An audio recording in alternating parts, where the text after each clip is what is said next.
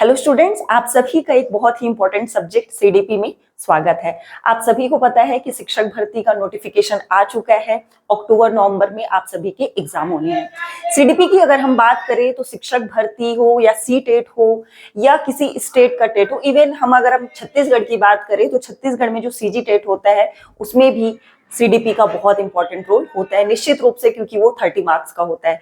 इसके अलावा अगर आप लेक्चरर की तैयारी कर रहे हैं या आप वर्ग 2 की तैयारी कर रहे हैं या 1 की या आप वर्ग 3 की तैयारी करें, उन सभी के लिए सीडीपी बहुत इंपॉर्टेंट हो जाता है। अब सीडीपी में ही हम देखेंगे कि एक एक चीजों को हम समझने का प्रयास करेंगे। तो सबसे पहले हम समझते हैं चाइल्ड साइकोलॉजी, क्योंकि चाइल्ड साइकोलॉजी के अंतर्गत ही हम सीडीपी चाइल्ड डेवलपमेंट पेडागोजी को समझेंगे। तो सबसे पहले सवाल उठता है चाइल्ड साइकोलॉजी क्या है। हम अगर शिक्षक भर्ती की तैयारी कर रहे हैं, क्योंकि इंड में हम टीचर ही बनने जा रहे हैं, चाहे हम क्वालिफाई करने के लिए सीडीपी पढ़े या मेन एग्जाम के लिए पढ़े, पढ़ना तो हमें है ही। तो चाइल्ड साइकोलॉजी या सीडीपी को पढ़ने की आवश्यकता क्यों हुई? तो आप सभी को पता है कि अगर आप टीचर बनने जा रहे हैं तो जो चाइल्ड साइकोलॉजी है ये हमें बच्चों को समझने में सहायता करती है। इसीलिए एज अ टीचर हमारे सिलेबस में चाइल्ड साइकोलॉजी या सीडीपी को शामिल किया गया है। तो चाइल्ड साइकोलॉजी क्या है? सिंपल सा, बहुत बेसिक से हम चीजों को समझते चलेंगे, क्योंकि अब एग्जाम का लेवल बढ़ चुका है। अब देखिए, अब 2026 की हम बात करें, 2026 का जो एग्जाम का लेवल होगा निश्चित रूप से वो थोड़ा हाई होगा, क्योंकि अभी तक का जो पैटर्न था उसमें बहुत ज्यादा हमें चेंजेस देखने को नहीं मिल रहा था। लेकिन आपका जो 2026 का एग्जाम होगा उसमें हमें पैटर्न देखने को मिलेगा, चेंज होगा। अब इसको ऐसे समझ सकते हैं कि देखिए, सबसे पहले जो स्टार्टिंग का जो सिलेबस था उसमें शिक्षक भर्ती कितने मार्क्स का था? 150 मार्क्स का था। किंतु अब इसे क्या कर दिया गया? लिमिटेड कर दिया गया। कितना कर दिया गया है? इसे 100 कर दिया गया है। मैं कलर भी चेंज कर देती हूँ पेन का। तो यहाँ पर आप लोग देखेंगे कि इसे 100 मार्क्स का कर दिया गया है। यहाँ पर जो सीडीपी पहले 30 मार्क्स का हुआ करता था वो अब किसमें चेंज हो गया है? 20 मार्क्स में चेंज हो गया है। तो निश्चित रूप से क्वेश्चन का जो क्वांटिटी है उसको कम कर दिया गया है, तो क्वालिटी को बढ़ाया जाएगा। तो पहले हमें इजी टू मॉडरेट, अगर हम बेसिक पढ़ते थे तो सीडीपी बहुत हद तक हम कवर कर लेते थे, लेकिन अब एडवांस लेवल पर हमें चीजें देखने को मिलेंगी। ठीक है, हाँ, एडवांस लेवल पर हमें चीजें देखने को मिलेगी, तो बहुत रिलैक्स होके पढ़ना है, बेसिक से एडवांस, ताकि हमारा कोई भी ऐसा टॉपिक या कंटेंट ना छूटे जो हमारे एग्जाम में पूछा जाएगा। तो बहुत रिलैक्स होकर पढ़ेंगे। ये आपके सभी एग्जाम जहां जहां सीडीपी पूछा जाएगा उन सभी के लिए बहुत इंपॉर्टेंट है। तो चलिए, ये हो गया चाइल्ड साइकोलॉजी। सिंपल सा इसका डेफिनेशन यही है कि बच्चों की समस्याओं को समझने के लिए या बच्चों को समझने के लिए हम चाइल्ड साइकोलॉजी का स्टडी करते हैं। अब इसे ऐसे इमेज के थ्रू समझ सकते हैं, जैसे कोई बच्चा है वो खुश है तो क्यों है, ठीक है, अगर कोई बच्चा गंभीर है तो क्यों है, और अगर वो गुस्सैल है तो क्यों है। आप देखेंगे एक बच्चा जब जन्म लेता है तो जन्म से लेकर जब वो वृद्धावस्था में जाता है, ओल्ड एज में जब वो एंट्री करता है, तो वो बहुत सारे स्टेजेस से होकर गुजरता है, बहुत से ऐसे सिचुएशन से होकर गुजरता है। तो उस सिचुएशन को समझने के लिए, क्यों लाइफ में ऐसे प्रॉब्लम्स आ रहे, क्यों ऐसे चेंजेस आ रहे हैं, इन सभी को समझने के लिए चाइल्ड साइकोलॉजी पढ़ा जाता है। और चाइल्ड साइकोलॉजी का ही एक भाग है चाइल्ड डेवलपमेंट, क्योंकि चाइल्ड साइकोलॉजी में बहुत सारी चीजें हम देखते हैं, लेकिन अगर हम एग्जाम के पॉइंट ऑफ व्यू से देखें तो हमें चाइल्ड डेवलपमेंट देखना है, बच्चों का विकास देखना है, क्योंकि आपके सिलेबस में यही मेंशन किया गया है। तो ऑल ओवर हमें यही कवर करना है। अब देखिए, यहाँ पर सिंपल एक बच्चा है, तो यहाँ पर आप देख सकते हैं इमेज के थ्रू अलग अलग बिहेवियर को यहाँ पर दर्शाया जा रहा है। ठीक है, कि बच्चा अलग अलग तरह से बिहेव कर रहा है। तो एज अ टीचर आप जब चाइल्ड साइकोलॉजी पढ़ लेते हैं, आप सीडीपी पढ़ लेते हैं, बहुत केवल एग्जाम निकालने के लिए नहीं, एक समझ विकसित करने के लिए अगर आप चाइल्ड साइकोलॉजी पढ़ते हैं तो निश्चित रूप से आप बच्चों से फ्रेंडली हो जाते हैं। बच्चे क्यों चिड़चिड़ा रहे हैं, बच्चों का पढ़ने में मन क्यों नहीं लग रहा है, बच्चे ऐसे किन चीजों में इंटरेस्टेड है और किन चीजों में इंटरेस्टेड नहीं है तो क्यों है तो क्यों है, ये सारी बातों को आप जान जाएंगे जब आप चाइल्ड साइकोलॉजी पढ़ते हैं। इसीलिए मैंने कहा कि अगर सिलेबस को सीडीपी को हमारे सिलेबस में शामिल किया गया तो इसका उद्देश्य यही है। चलिए, तो ये था एक बेसिक, ये फर्स्ट क्लास है इसलिए मैं बहुत बेसिक से आप लोगों को ले जा रही हूँ। अब देखिए, मैंने फिर कहा कि चूंकि अब सीडीपी जो है वो 20 मार्क्स का हो गया है, न्यूज़पेपर का कटिंग जो आया था और संभावित डेट जो है, तो सीडीपी 20 मार्क्स का हो गया है तो बहुत कम चांसेस है कि वन लाइनर आपसे पूछा जाए। अब स्टेटमेंट बेस्ड क्वेश्चन पूछे जाएंगे, तो हर एक बातों को ध्यान से समझेंगे। इवन अब हो सकता है चाइल्ड साइकोलॉजी से ही डायरेक्ट पूछ दे, चाइल्ड साइकोलॉजी के जनक कौन है, ठीक है, ये सारी चीजें आपसे पूछी जा सकती है।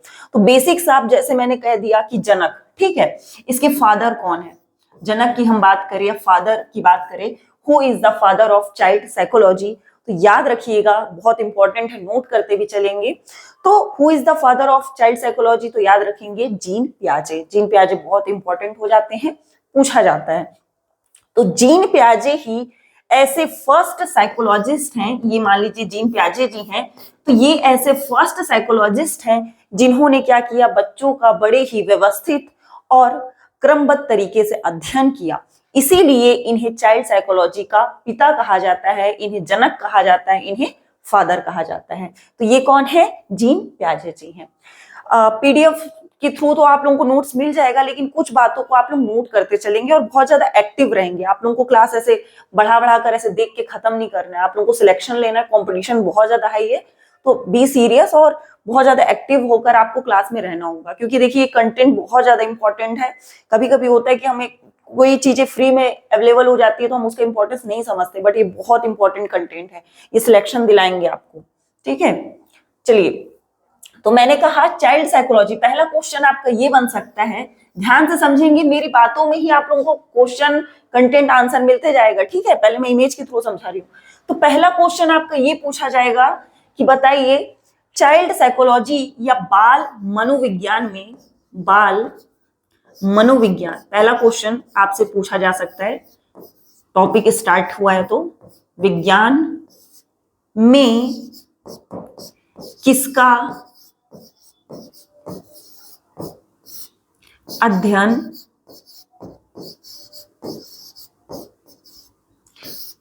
किया जाता है। तो आप इमेज के थ्रू क्या समझ रहे हैं, ये इमेज ही इस क्वेश्चन का आंसर है। तो बाल मनोविज्ञान में क्या किया जाता है, गर्भावस्था से लेकर, अर्थात जब कोई बच्चा गर्भ में है तब से लेकर वृद्धावस्था तक का क्या किया जाता है, अध्ययन किया जाता है। कहीं कहीं पर जन्म से भी दे देता है, ठीक है, जन्म से। क्यों, क्योंकि गर्भावस्था में हम बच्चों का शारीरिक विकास देखते हैं। अगर हम एग्जाम के पॉइंट ऑफ व्यू से देखें तो दोनों सही है, जन्म बोले या गर्भावस्था बोले दोनों सही है, लेकिन वृद्धावस्था तक का अध्ययन किया जाता है। अगर हम सिलेबस की बात करें तो सिलेबस जो है वो केवल किशोरावस्था तक है, तो हमारा जो टॉपिक होगा वो किशोरावस्था तक होगा, बाकी बेसिक इंफॉर्मेशन मैं आप लोगों को देते रहूंगी। तो पहला क्वेश्चन आपका एग्जाम में ये पूछा जा सकता है, ठीक है, याद रखेंगे। उसके बाद मैं आप लोगों को टॉप 500 क्वेश्चन भी कराऊंगी। टॉपिक के साथ साथ क्वेश्चन तो हम कवर करते जाएंगे, क्लास कंप्लीट होने के बाद जब पूरा टॉपिक मैं कवर करा लूंगी तो टॉप 500 भी क्वेश्चन हम लोग करेंगे, ताकि सीडीपी का कोई भी क्वेश्चन आए हम उससे बाहर ना जाएं। तो मैंने ये कहा कि ठीक है, इसका आंसर क्या हो जाएगा, याद रखेंगे, क्योंकि अभी मैं जो समझा रही हूँ उसका क्वेश्चन मिलेगा, ठीक है, आगे मिलेगा, तो बी अलर्ट। अब देखिए, ये गर्भावस्था हमने देख तो लिया, तो ये गर्भावस्था में हम किसका स्टडी करें, इस तरह आप देख सकते हैं कि बच्चों का किस तरह से विकास हो रहा है, ठीक है। जैसे जैसे समय बढ़ रहा है बच्चा एक भ्रूण से क्या हो जा रहा है, शिशु में परिवर्तित हो जा रहा है। तो इस तरह से सीडीपी में चाइल्ड डेवलपमेंट में हम कैसे बच्चों का डेवलपमेंट देखते हैं, ये सारी चीजों को हम समझते चलते हैं। आगे बढ़ेंगे, तो जब बच्चा जन्म ले लेता है, वो तो गर्भ का था, ठीक है, जब वो प्रेगनेंसी वाला स्टेज था।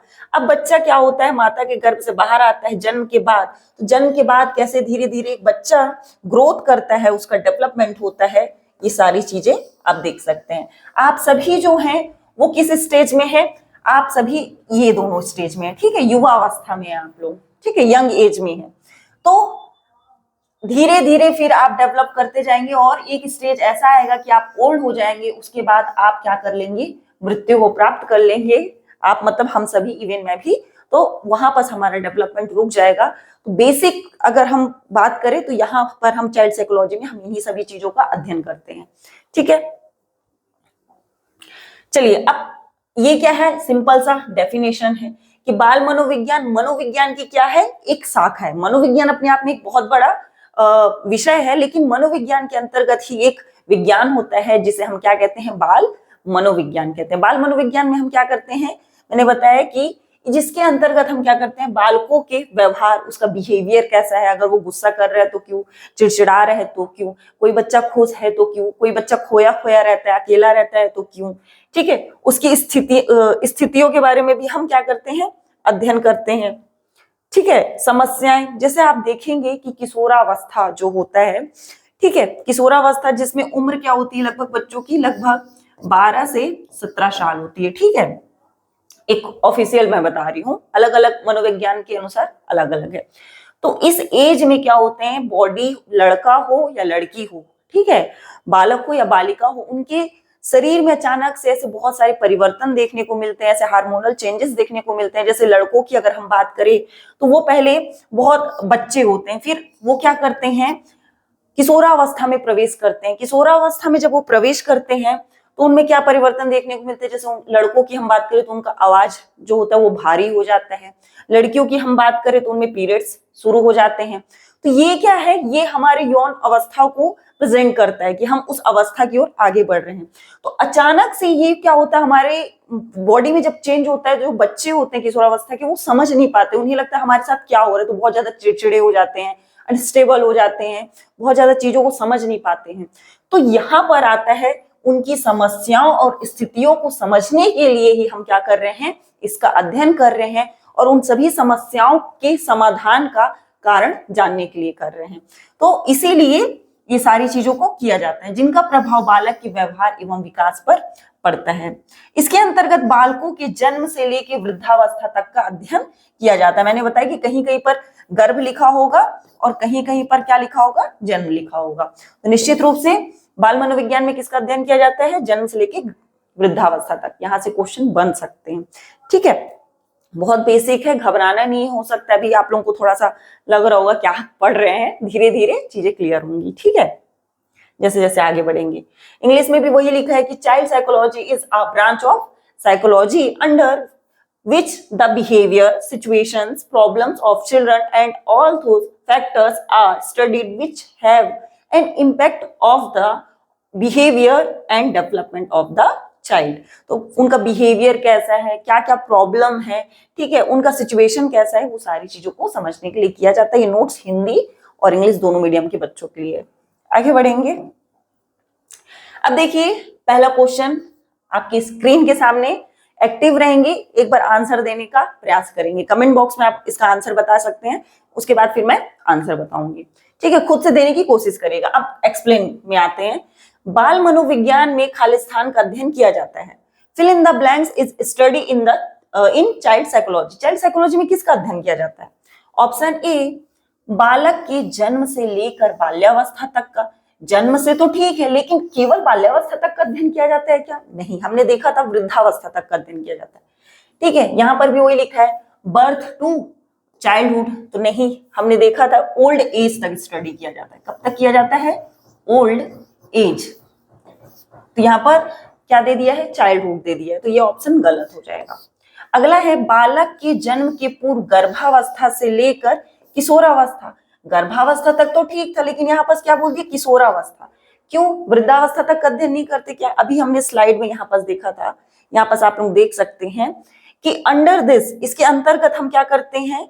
Children are study from birth to old age, यहाँ पर लिखा हुआ है ना, तो तुरंत हम इसका आंसर क्या करेंगे? यहाँ पर किशोरावस्था दिया है, एडोलेसेंस दिया है, तो ये गलत हो जाएगा, ठीक है, ये ऑप्शन भी गलत हो जाएगा। बालक के जन्म से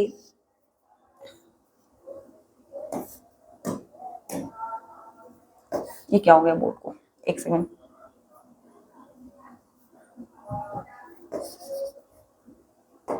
चलिए, बालक के जन्म से लेकर प्रौढ़ावस्था तक, वृद्धावस्था तक अध्ययन किया जाता है, ये बिल्कुल सही है, अभी हमने पढ़ा from the birth of child till adulthood या ओल्ड एज, तो ये बिल्कुल करेक्ट है, यहाँ पर ऑप्शन सी हमारा क्या हो जाएगा? सही हो जाएगा। बालक के जन्म से लेकर, ये क्या लिखा हुआ है?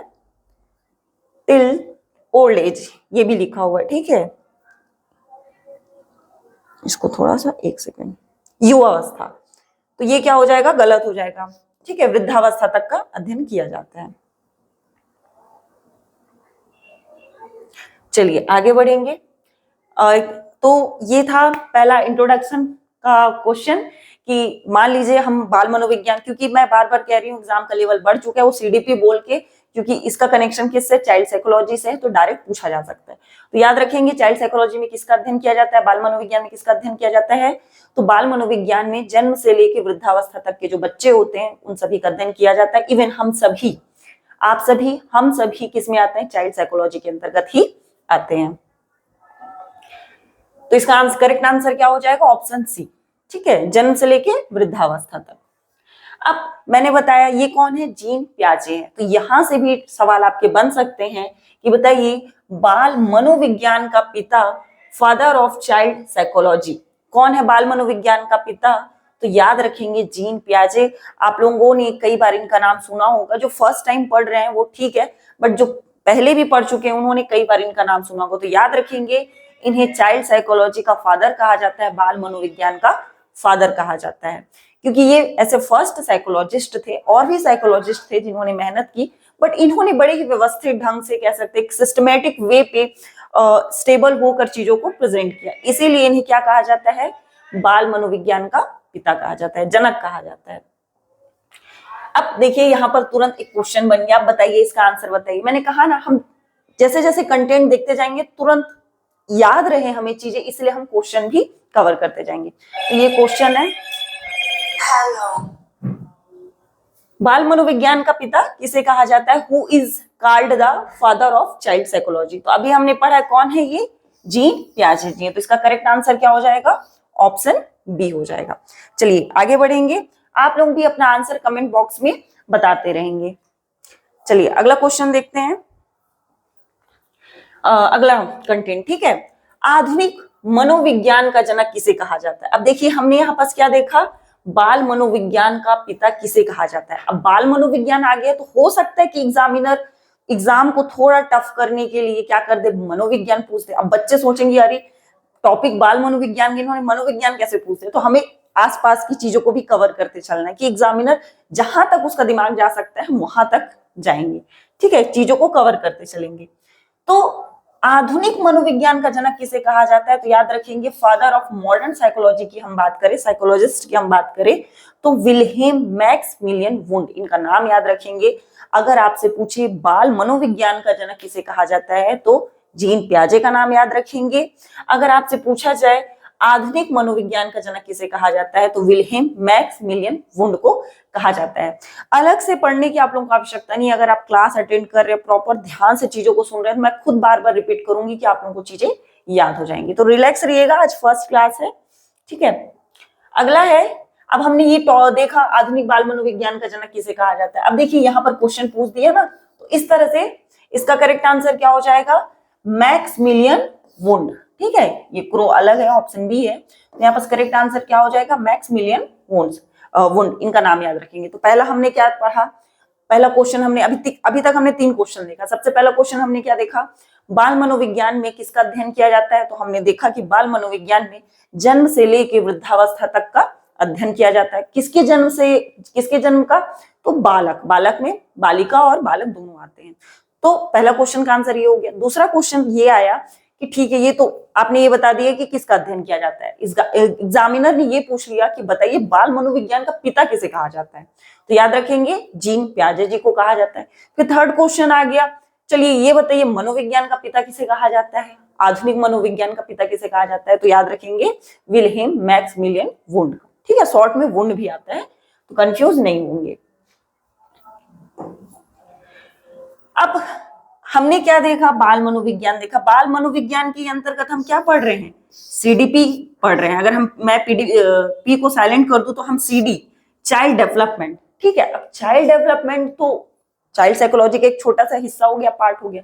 तो चाइल्ड डेवलपमेंट का पिता किसे कहा जाता है, बाल विकास का पिता किसे कहा जाता है, तो इनका नाम याद रखेंगे, स्टेनले हॉल को क्या कहा जाता है, बाल विकास का पिता कहा जाता है, चाइल्ड डेवलपमेंट का फादर कहा जाता है। इवन इनके बारे में एक पॉइंट ये याद रखेंगे, इन्होंने पूछा जाता है कि स्टेनले हॉल ने कौन सा शब्द दिया, निम्न में से कौन सा शब्द दिया, पूछा जाता है, क्वेश्चन नोट करते चलेंगे। तो कौन सा शब्द दिया, तो जो हम किशोरावस्था शब्द पढ़ते हैं ना, किशोरावस्था, किशोरावस्था मतलब किशोर की अवस्था, जिसे हम क्या कहते हैं, जिसे हम एडोलोसेंस कहते हैं। तो ये ऐसे मनोवैज्ञानिक थे जिन्होंने क्या किया, इस शब्द को दिया और इन्होंने ही कहा कि जो किशोरावस्था है ये क्या है, तनाव और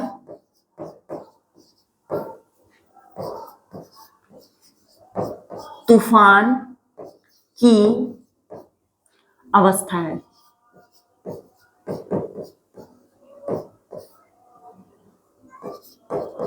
ध्यान रखेंगे, ठीक है, ये सब बहुत इंपॉर्टेंट पॉइंट है। आपसे ये पूछा जा सकता है बाल विकास के जनक कौन है, who is the father of child development, तो स्टेनले हॉल। किसने एडोलोसेंस वर्ड दिया या किशोरावस्था शब्द दिया, तो स्टेनले हॉल ने दिया। किसने कहा कि किशोरावस्था तनाव और तूफान की अवस्था है, बहुत टफ स्टेज है, तो स्टेनले हॉल ने कहा। भाई क्यों, अब सवाल आता है कि मैम क्यों कहा जाता है तनाव और तूफान की अवस्था, तो मैंने स्टार्टिंग में बताया था कि जो किशोरावस्था होता है, जो लगभग 12 वर्ष से लेकर 17 वर्ष के बीच का जो स्टेज होता है, उसमें अचानक से बालक हो या बालिका उनमें शारीरिक चेंजेस होते हैं, ऐसे फिजिकली चेंजेस देखने को मिलते हैं जिसका असर उन पर क्या पड़ता है, उनके दिमाग पे पड़ता है। ठीक है, मान लेते हैं ये वही बच्चा है तो इनके दिमाग पे पड़ता है, तो इसका असर जब दिमाग पे पड़ता है उनको समझ में नहीं आता, ना तो वो पूरी तरीके से यंग होते हैं, ना तो वो पूरी तरीके से बच्चे होते हैं, वो बीच में सेतु का काम करते हैं। आपसे ये भी सवाल पूछा जा सकता है कि किसे सेतु की अवस्था कहते हैं। ठीक है, तो याद रखेंगे कि किशोरावस्था को ही सेतु की अवस्था कहा जाता है। तो ऐसे चेंजेस आते हैं। देखिए ये ऐसा स्टेज होता है, मान के चलिए जब बच्चा जन्म लेता है तो सबसे पहले यहां से भी सवाल बनेंगे जो मैं पॉइंट कह रही हूँ। जब बच्चा जन्म लेता है तो उसे मम्मी अच्छी लगती है, माँ माँ माँ करता रहता है। ठीक है, जब वो थोड़ा बड़ा होता है तो उसे खिलौना बहुत अच्छा लगता है, टॉय उसे खेलना बहुत पसंद होता है। उसके बाद जब वो थोड़ा बड़ा होता है तो उसे खेलकूद बहुत पसंद होता है, प्ले एज जिसे हम कहते हैं। ठीक है, उसके बाद जब वो थोड़ा सा और बड़ा होता है तो थोड़ा सा क्या होता है, दोस्ती यारी अच्छी लगती है उसको। फिर थोड़ा जब बड़ा होता है जिसे हम किशोरावस्था कहते हैं, तो जो बालक होता है वो बालिका की ओर और बालिका बालक की ओर आकर्षित होते हैं। तो यही एक स्टेज होता है। लेकिन क्या होता है, घर वालों को इन सब चीजों के बारे में पता नहीं होता है, फैमिली को होता है, सभी के साथ ये चीजें हुई होंगी कि पिटाई भी हुई होगी। ठीक है, तो ये सारी चीजें देखने को मिलती है, तो घर वालों को पता नहीं होता इस बारे में बहुत ज्यादा कि हार्मोनल चेंजेस होते हैं, एज के साथ चीजें बदलती रहती हैं, वो नहीं समझ पाते हैं और वो बालक बालिका को गलत ठहरा देते हैं, जबकि ये होता है, ये नेचुरल है। ठीक है, एक दूसरे के प्रति अट्रैक्ट होना ये इस स्टेज की सबसे बड़ी पहचान है। तो देखिए इसमें ना बहुत ज्यादा बच्चे तनाव महसूस करते हैं। क्यों? क्योंकि वो दुनिया से नहीं जुड़ पाते उतना, वो उसी मेंबर से जुड़ पाते हैं जिससे वो अपनत्व की भावना जिन्हें लगती है। जैसे एक होता है ना, हमारे सेम एज के होते हैं, उनसे हम ज्यादा जुड़ाव महसूस करते हैं, हम फैमिली से दूर भागते हैं।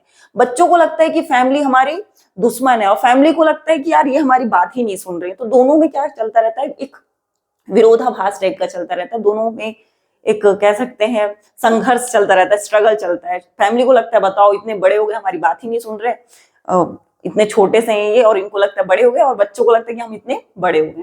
तो इस तरह से यही सब रीजन के चलते इसे तनाव और तूफान की अवस्था कहा गया है। अब इंपॉर्टेंस ऑफ चाइल्ड साइकोलॉजी, क्या है importance of child psychology? Simple सा आप लोग खुद सोचिए, अगर आप चाइल्ड साइकोलॉजी पढ़ लेंगे तो क्या इंपॉर्टेंस हो सकता है? सिंपल सी बात है, जब हम चाइल्ड साइकोलॉजी पढ़ लेते हैं तो उसका इंपॉर्टेंस ये हो जाता है कि हम किसी भी बच्चे की समस्याओं को, ठीक है, उसकी प्रॉब्लम्स को, उसकी परिस्थिति, उसके सिचुएशन को, उसके बिहेवियर, उसके स्वभाव को समझने में सफल हो जाते हैं, जिससे बच्चों के साथ हम as a teacher, as a parents, हम एक कह सकते हैं बहुत अपनत्व की भावना, एक जुड़ाव महसूस करते हैं। बच्चे भी अपनी बातें खुलकर कहने लगते हैं, हम भी उन्हें समझने लगते हैं, अंडरस्टैंडिंग की भावना जो होती है वो बढ़ने लगती है, हर प्रॉब्लम का सोल्यूशन मिलने लगता है कि कोई ऐसा क्यों कर रहा है, ये सारी चीजें हमें समझ में आने लगती हैं। ठीक है, तो बाल मनोविज्ञान क्या करता है, बच्चों के व्यवहार से, उनकी बिहेवियर से जुड़ी जितनी भी प्रॉब्लम्स होती है, ठीक है, उनका क्या करता है, विश्वसनीय समाधान देता है। बिल्कुल, उदाहरण के तौर पर अगर कोई बच्चा पढ़ाई पर ध्यान केंद्रित नहीं कर पा रहा है तो क्यों नहीं कर पा रहा है, या फिर कोई बच्चा बहुत ज्यादा सक्रिय, कोई बच्चे बहुत ज्यादा एक्टिव होते हैं, कोई बच्चे बहुत ज्यादा एक्टिव नहीं होते हैं, तो क्या रीजन है, अवसाद क्यों है, झिझक क्यों महसूस कर रहे हैं, क्यों खुल के नहीं बोल पा रहे हैं। कुछ बच्चे देखिएगा, बच्चे सेम एज के बच्चे रहते हैं, वो बच्चे बिस्तर गीला नहीं करते, बट उसी एज के बच्चे बिस्तर गीला कर देते हैं। तो क्यों करते हैं? ये सारी चीजों को समझने में हमारा क्या करता है, चाइल्ड साइकोलॉजी मदद करता है। इन जैसी समस्याओं का भी अध्ययन बाल मनोविज्ञान में किया जाता है, तो इसीलिए क्या है, इंपॉर्टेंट है। सेम चीजें हैं, ठीक है, कि ये हमें क्या करता है, सिचुएशंस को समझने के लिए सॉल्यूशंस देता है। Definition of child psychology according to different psychologist. अब चाइल्ड साइकोलॉजी है भाई, सीधी बात है, अगर कोई विषय आ रहा है तो उसके पीछे विद्वान तो होंगे ही। तो इस सब्जेक्ट के पीछे अलग अलग विद्वान रहे हैं, अलग अलग साइकोलॉजिस्ट रहे हैं, तो इन्होंने अपनी भाषा में अलग अलग वैज्ञानिकों ने अलग अलग रूपों में अपने अनुभव के आधार पर, अपने एक्सपेरिमेंट के आधार पर चाइल्ड साइकोलॉजी का डेफिनेशन दिया है। इसी डेफिनेशन को हम समझेंगे। सबसे पहले हम बात करते हैं स्कीनर की। स्कीनर के अनुसार मनोविज्ञान जो है, उसमें बच्चों का जो मनोविज्ञान है उसमें शिक्षा का बहुत ज्यादा महत्व है। इन्होंने एजुकेशन को बहुत इंपॉर्टेंट फैक्टर बताया है बाल मनोविज्ञान में, इसीलिए ये थोड़ा सा मॉडिफाई करते हुए शिक्षा मनोविज्ञान को बताते हैं। ठीक है, बोलते हैं कि शिक्षा मनोविज्ञान जो है एजुकेशनल साइकोलॉजी है, वो साइकोलॉजी की एक ब्रांच है जो सीखने, लर्निंग और सिखाने, हम कह सकते हैं इसको ट्रेनिंग देने, ठीक है, टीचिंग और लर्निंग में क्या करता है, मदद करता है, उसका अध्ययन करता है। ये शिक्षा मनोविज्ञान जो बाल मनोविज्ञान को है उससे जोड़ते हैं। तो याद रखेंगे, जब भी स्किनर का नाम याद आए तो इसे शिक्षा से जोड़ेंगे। ठीक है, Skinner according to Skinner, educational psychology is the branch of psychology that studies the process of teaching and learning. तो शिक्षा मनोविज्ञान, हम बाल मनोविज्ञान तो पढ़ रहे हैं, लेकिन जब तक उसमें शिक्षा का समावेश नहीं होगा, इनका मानना है कि जब तक शिक्षा का समावेश नहीं होगा, बच्चा कैसे सीखेगा, कैसे चीजों को समझेगा, ये उनका कहना है। ठीक है, तो ये हो गया स्किनर। आगे बढ़ेंगे, और मैं जितने भी साइकोलॉजिस्ट का नाम बता रही हूँ बहुत इंपॉर्टेंट है, एज इट इज स्टेटमेंट दे देगा और पूछ देगा कि किसने ये कहा है। अगला है जेम्स ड्रेवर। अब ये भी एक साइकोलॉजिस्ट है, ठीक है, महत्वपूर्ण कह सकते हैं। तो इन्होंने क्या किया है, इनके अनुसार बाल मनोविज्ञान वह शाखा है, एक ऐसा ब्रांच है जिसमें जन्म से परिपक्वता तक विकसित हो रहे मानव का अध्ययन किया जाता है। इनका मानना है कि बाल मनोविज्ञान, ये बिल्कुल वैसा ही डेफिनेशन दिए हैं जो ओवरऑल बाल मनोविज्ञान का डेफिनेशन होता है। तो ये बोलते हैं बाल मनोविज्ञान वह मनोविज्ञान है जिसमें जब तक बच्चा परिपक्व नहीं हो जाता, जब तक वो मैच्योर नहीं हो जाता, तब तक हम क्या करते हैं, इसमें अध्ययन करते हैं। और यही बाल मनोविज्ञान की परिभाषा है अकॉर्डिंग टू जेम्स ड्रेवर। तो ये वही according to James Drever, child psychology is that branch in which the human being develops from birth to maturity is study. ठीक है, वही है, वही बातें हिंदी में लिखी है, वही बातें इंग्लिश में लिखी हुई है। तो दोनों बच्चों के लिए तो याद रखेंगे, जब मैच्योरिटी की बात आए, परिपक्वता की बात, इनके जैसे ही एक और देंगे डेफिनेशन, ठीक है, लेकिन थोड़ा चेंजेस होगा। जब बोले जन्म से लेके परिपक्वता तक, बर्थ टू मैच्योरिटी, तब जेम्स ड्रेवर का याद रखेंगे। ठीक है, इसको ऐसे याद रखेंगे, आप ड्राइवर हैं, आप जब तक मैच्योर नहीं हो जाते तब तक आपको गाड़ी चलाने नहीं दिया जाता। ठीक है, इसको ऐसे याद रख लेंगे। स्किनर से सिक्का टाइप से याद रख लीजिए। ठीक है, शिक्षा, ठीक है, स्किनर से शिक्षा, दोनों साथ साथ से आ रहे हैं, तो शिक्षा मनोविज्ञान, क्योंकि अलग से ही पता चल जाएगा, तो शिक्षा मनोविज्ञान मतलब स्किनर। और जेम्स ड्राइवर, ड्राइवर बनने के लिए आपका ट्रेंड मैच्योर होना बहुत जरूरी है, परिपक्व होना जरूरी है, ऐसे याद रख सकते हैं। अब अगले मनोवैज्ञानिक आते हैं, अगले साइकोलॉजिस्ट हैं क्रो और क्रो। बाल मनोविज्ञान वह वैज्ञानिक अध्ययन है, एक ऐसा साइंटिफिक स्टडी है जो व्यक्ति के विकास का अध्ययन कब से करता है, गर्भ काल के प्रारंभ से। इनके पहले जो जेम्स थे, ठीक है, ये जेम्स की हम बात करें तो जेम्स ने क्या बताया था, जन्म से, ठीक है। और स्किनर की हम बात करें तो इन्होंने क्या किया, शिक्षा को बता दिया कि भाई मनोविज्ञान तभी मनोविज्ञान है, बाल मनोविज्ञान तभी बाल मनोविज्ञान है जब उसमें शिक्षा हो। तो दोनों क्लियर हुआ। अब क्रो एंड क्रो, ठीक है, इनका याद रखिएगा, ये बोलते हैं कि जन्म से नहीं भाई, क्रो एंड क्रो के अनुसार जन्म से नहीं बल्कि गर्भ से।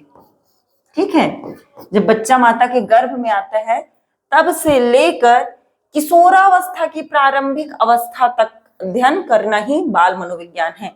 मतलब इन्होंने, जैसा हम सिलेबस में किशोरावस्था तक पढ़ते हैं ना, तो इन्होंने क्रोन एंड क्रो ने क्या कर दिया, बिल्कुल सिलेबस को ही समझ लीजिए उठा के डाल दिया।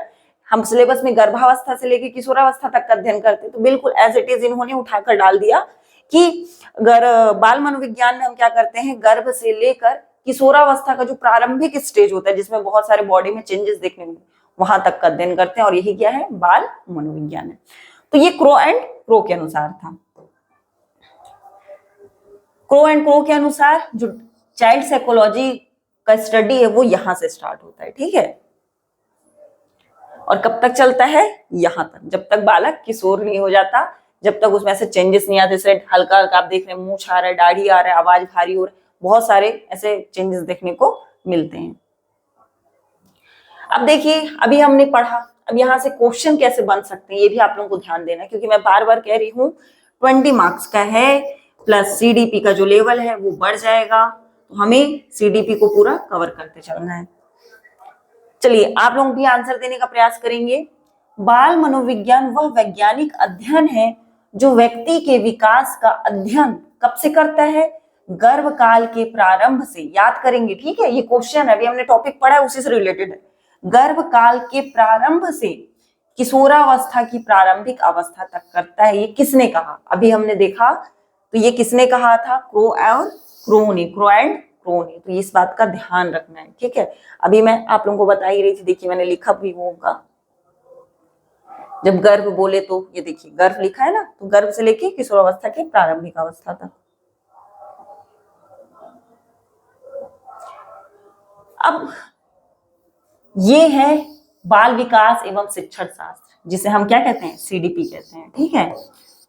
अब इसका अर्थ क्या है, इसका सिंपल सा अर्थ है बाल विकास ऐसा विकास, मतलब शिक्षण शास्त्र, ऐसा शिक्षण शास्त्र जिसके अंतर्गत हम बालकों के विकास से संबंधित समस्त परिस्थिति, समस्याएं, बातों का अध्ययन करते हैं। वो क्या है, बाल विकास एवं शिक्षण शास्त्र है।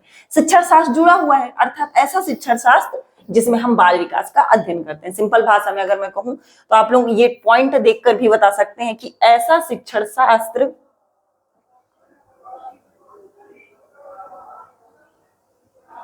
ये क्या हो गया,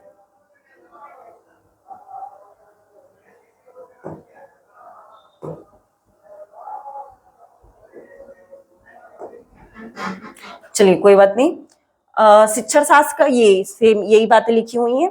तो ऐसा शिक्षण शास्त्र, ये इंग्लिश में लिखा हुआ है, ऐसा शिक्षण शास्त्र या ऐसा पेडागोजी जिसमें हम बालकों के विकास का अध्ययन करते हैं, चाइल्ड डेवलपमेंट का स्टडी करते हैं। अब देखिए बच्चों का बहुत सारा ऐसा विकास होता है। अब कौन कौन सा विकास होता है, भी कौन कौन सा डेवलपमेंट होता है, ये भी हम समझते चलेंगे, ठीक है।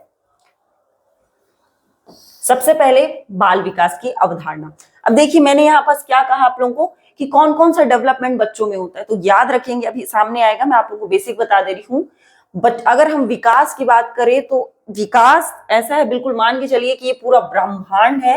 अब जितने भी चेंजेस देख रहे हैं वो सभी विकास का ही परिणाम है, वो सभी डेवलपमेंट का परिणाम है। लेकिन हमें विकास नहीं देखना है, हमें क्या देखना है, बाल विकास देखना है, बच्चों के विकास को पढ़ना है। तो बच्चों के विकास में कौन कौन सा विकास होता है, सबसे पहले बच्चों का शारीरिक विकास होता है, फिर बच्चों का मानसिक विकास होता है। मान के चलिए ये बच्चा है, ठीक है, सबसे पहले क्या हुआ, ये माता के गर्भ में आया, ठीक है, इसका डेवलपमेंट हुआ, फिर धीरे धीरे क्या हुआ, बॉडी स्ट्रक्चर बन रहे हैं। तो सबसे पहले इसका क्या हुआ, शारीरिक विकास हुआ, फिर इसका मानसिक विकास हुआ, फिर ये लोगों से जुड़ रहा है तो इसका क्या हो रहा है, सामाजिक विकास, सोशल डेवलपमेंट हो रहा है। फिर ये क्या कर रहा है, सभ्यताओं को, संस्कृतियों को सीख रहा है तो इसका सांस्कृतिक विकास हो रहा है। स्कूल जाएगा तो शैक्षिक विकास होगा, इसमें नैतिकता आएगी, नैतिक विकास होगा, अभी बहुत सारा विकास हम देखेंगे, डेवलपमेंट देखेंगे। तो ये एक बेसिक इंफॉर्मेशन है, ठीक है। अब हमने ये तो देख लिया कि बाल विकास एवं शिक्षण शास्त्र का अर्थ क्या है, कि ऐसा शिक्षण शास्त्र जिसमें हम बालकों के विकास का अध्ययन करते हैं, वो बाल विकास एवं शिक्षण शास्त्र हो गया। लेकिन स्पेसिफिक बाल विकास का अर्थ क्या होता है, बाल विकास की अवधारणा क्या होती है, जिस बाल विकास की अवधारणा का अर्थ होता है बालकों के विकास के जितने भी आयाम होते हैं, जितने भी प्रकार होते हैं, उन सभी का जो हम अध्ययन करते हैं ना, वही इसकी क्या है, अवधारणा है। तो बाल विकास ना, इसके टॉपिक में ही आंसर छुपा है, बालकों के विकास का अध्ययन ही बाल विकास है। अब कौन कौन से विकास होते हैं, तो सबसे पहले मैंने बताया, अब देखिएगा, ठीक है, ये विकास के, बाल विकास के प्रकार ही है, ठीक है, लिख दे रही हूं यहां पर, बाल विकास के प्रकार।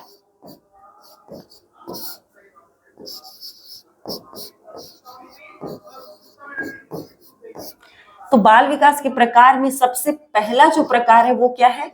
शारीरिक विकास, फिजिकल डेवलपमेंट। सिंपल सी बात है, आपसे एग्जामिनर पूछ सकता है कि सर्वप्रथम किसी बालक का जो विकास है वो किस ओर गमन करता है, तो याद रखेंगे शारीरिक विकास की ओर गमन करते हैं। सबसे पहले बच्चों का शारीरिक विकास होता है, बिना शारीरिक विकास हुए बच्चे का कोई भी विकास संभव नहीं है, ये बेस है। तो आपसे ये भी सवाल पूछ सकता है, सभी विकास का जो आधार है, ठीक है, आधार कह सकते हैं, आधार या बेस कह सकते हैं, वो क्या है? तो वो आधार है शारीरिक विकास, क्योंकि शारीरिक विकास होगा मस्तिष्क बनेगा, तभी तो मानसिक विकास होगा। जब मानसिक विकास होगा तभी तो वो सोच समझ पाएगा, चीजों को कर पाएगा, तभी तो उसमें और भी जो विकास के प्रकार है, समाज को समझना, शिक्षा को समझना, नैतिकता को समझना, तभी तो समझ पाएगा, तभी उसमें बाकी विकास होंगे। तो जो मेन आधार है, जो बेस है, वो क्या है? शारीरिक विकास है। अगला जो विकास है वो क्या है? मानसिक विकास है, जिसे हम क्या कहते हैं? मेंटल डेवलपमेंट कहते हैं। क्योंकि शारीरिक विकास जब होता है तो जो दूसरा विकास होता है, आपसे पूछा जा सकता है क्रम, तो सब दूसरे नंबर पर क्या आता है? दूसरे नंबर पर मानसिक विकास आता है। तो जब मानसिक विकास होता है तब समस्त चीजें जो आप लोग, इवन आप लोग जो क्लास में बैठे हुए हैं, वो तब आप लोग समझ पा रहे हैं, क्योंकि आप लोगों में क्या हो गया है? मानसिक विकास हो गया है, ब्रेन बन चुका है, ठीक है। चलिए, अगला जो विकास है सामाजिक विकास। तो आप देख, इमेज से ऐसे समझ सकते हैं कि देखिए बच्चा अब थोड़ा सा बड़ा हो गया है, वो सबसे जुड़ रहा है, पहले वो मम्मी तक बस सीमित था, अब धीरे धीरे पापा, भाई बहन, दादा दादी, रिश्तेदार सबसे जुड़ रहा है। तो उसका क्या हो रहा है? सोशल डेवलपमेंट हो रहा है, उसका सामाजिक विकास हो रहा है। ये एक बेसिक है, ठीक है। धीरे धीरे मैं एडवांस इसको करते जाऊंगी, बहुत ब्रीफ में हम लोग चीजों को समझते चलेंगे। फिर क्या होता है? अब बच्चा समाज से जुड़ रहा है तो वो देखता है कि लोग क्यों हंस रहे हैं, क्यों दुखी हो रहे हैं, ईर्ष्या की भावना क्यों आ रही है, क्यों लोग मदद करते हैं। ये सारे जो आप इमोजी देख रहे हैं ना, ये सभी किसको डोनेट कर रहा है? संवेगात्मक विकास को। ये बिल्कुल ऐसा है, मान के चलिए कि हम आसपास बच्चे जिस माहौल में रहते हैं उसी से सीखते हैं। जैसे कोई गिर गया है तो हम क्या करें? उसकी मदद करें। तो बच्चा देखता है कि अच्छा ये गिर गया इसलिए इसकी मदद कर रहे हैं, वो तकलीफ में है, तो कहीं ना कहीं उसमें क्या हो रहा है? इमोशंस डेवलपमेंट हो रहे हैं। अब जो इमोशनल डेवलपमेंट, अब यहाँ से कैसा क्वेश्चन बनेगा मैं आप लोगों को बता रही हूँ, चाहे तो आप लोग नोट भी कर सकते हैं, बाकी मैं डिटेल में बताऊंगी। तो आपसे ये सवाल कर सकता है कि बताइए, जो इमोशनल डेवलपमेंट होता है, जो संवेगात्मक विकास होता है, वो समय के साथ मजबूत होता जाता है, उस पर नियंत्रण पाया जा सकता है अथवा नहीं पाया जा सकता, जैसे जैसा उम्र बढ़ता है। तो उम्र के बढ़ने के साथ, सिंपल क्वेश्चन ये है, लिखेंगे, उम्र बढ़ने के साथ संवेगात्मक विकास नियंत्रित होता है या अनियंत्रित होता है? तो याद रखेंगे वो नियंत्रित होता है। आप देखेंगे बचपन में छोटी सी चोट लगती थी, आप लोग रोने लगते थे, चिल्लाने लगते थे, आप लोगों को बहुत गुस्सा आ जाता था। लेकिन आप देखिए जैसे जैसे आप बड़े हो रहे हैं, आप अपने इमोशंस पर नियंत्रण कर पा रहे हैं, आप कंट्रोल कर पा रहे हैं। जैसे कोई चीज आपको बहुत बुरी लग रही है, ऐसा सिचुएशन है कि बहुत गुस्सा आया, लेकिन आपने क्या किया? अपने आप को कंट्रोल किया, अपने इमोशंस को कंट्रोल किया। आप बहुत रोना चाह रहे हैं लेकिन आप देख रहे हैं कि बहुत सारे लोग, तो आप क्या करें? खुद के आंसू को, अपने दुख को कंट्रोल करें, अपने इमोशंस को कंट्रोल करें। तो समय के साथ ये डेवलप होता रहता है, लेकिन इस पर नियंत्रण भी होता जाता है, ये चीज को ध्यान रखेंगे।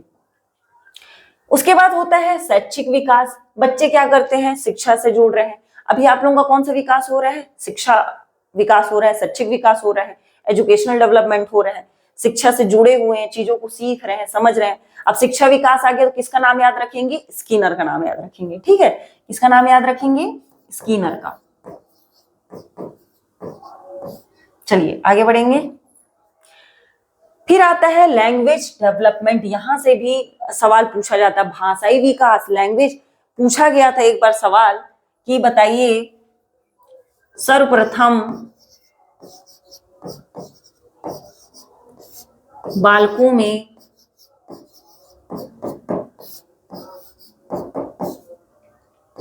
भाषाई विकास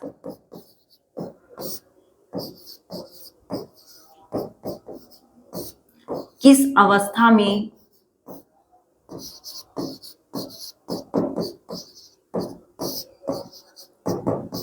होता है। तो याद रखेंगे किस अवस्था में होता है। कुछ बच्चे गलत कर दिए थे कि बच्चा जब बड़ा होता है तब वो बोलना सीखता है, तब वो बातचीत करना, केवल बातचीत करना ही भाषाई विकास नहीं। इवन जैसे ही बच्चा जन्म लेता है उसका रोना भी एक प्रकार का लैंग्वेज है। भूख लग रही है तो रो रहा है, खुश हो रहा है, कोई चीज अच्छी लग रही तो वो मुस्कुरा रहा है, बैबलिंग कर रहा है, अब छोटे टूटे फूटे शब्द बोलते हैं, वो भी क्या लैंग्वेज है। तो याद रखेंगे उसमें पूछा जाता है, ठीक है, आपसे एज पूछा जाता है, जन्म से, गर्भ से, ठीक है, या बाल्यावस्था में या किशोरावस्था में। तो याद रखेंगे बच्चों का जो भाषाई विकास वो जन्म से ही प्रारंभ हो जाता है, क्योंकि जैसे ही बच्चा जन्म लेता है वो रोना प्रारंभ करता है। तो रोना भी क्या एक प्रकार का लैंग्वेज है, ठीक है। तो इसका करेक्ट आंसर क्या हो जाएगा, जन्म से हो जाएगा। फिर क्या होता है, मैंने आप लोगों को स्टार्टिंग में बताया था कि बच्चा अपनी सभ्यता से, संस्कृति से जुड़ता है तो उसका क्या हो रहा है, सांस्कृतिक विकास हो रहा है। जैसे आप लोग, हम सभी क्या हैं, छत्तीसगढ़ के हैं, तो हमारे छत्तीसगढ़ का जो कल्चर है, संस्कृति है, वो बाकी स्टेट की अपेक्षा अलग है, राजस्थान की अपेक्षा अलग है, केरल, कर्नाटक, तमिलनाडु, ये इन सभी की अपेक्षा हमारी जो संस्कृति क्या है, अलग है। हम सभी मिलते हैं, एक दूसरे से एक्सचेंज करते हैं अपने कल्चर को, लेकिन जहां जहां हम रहते हैं वहां पर हमारा सांस्कृतिक विकास होता है। तो सांस्कृतिक विकास भी होता है, ये भी विकास का एक प्रकार है। अब आता है अगला जो है टॉपिक, वो है विकास की विशेषता। तो विकास की विशेषता एक, हम अगर उस पर देखें किताबी भाषा में तो ये आप लोगों को थोड़ा सा लगेगा, पढ़ना है, ठीक है। नॉर्मली विकास की तो बहुत सारी विशेषता देखने को मिलेंगी कि कंटिन्यू चलने वाला प्रोसेस, इसमें बहुत सारा डेफिनेशन देखने को मिलेगा। तो ये अगला टॉपिक है, ये मैं आप लोगों को नेक्स्ट क्लास में पढ़ाऊंगी। अभी तक हमने क्या पढ़ा, बाल विकास के आयाम को देखा, बाल विकास क्या होता है, बाल मनोविज्ञान क्या होता है, इसके जनक कौन है, ठीक है, ये सारी चीजों को हमने पढ़ा, कुछ इंपॉर्टेंट क्वेश्चंस को भी समझा। तो ये था आज का क्लास। कल हम एक नया टॉपिक पढ़ेंगे, वो टॉपिक क्या है, विकास की विशेषता। बहुत इंपॉर्टेंट है, क्योंकि विकास की विशेषता में ही हम समझेंगे कि बच्चों में ऐसे कौन कौन से विकास होते हैं, ऐसे कौन कौन से गुण होते हैं। तो आज के लिए इतना ही, कल हम मिलेंगे इसी टॉपिक के साथ। Thank you.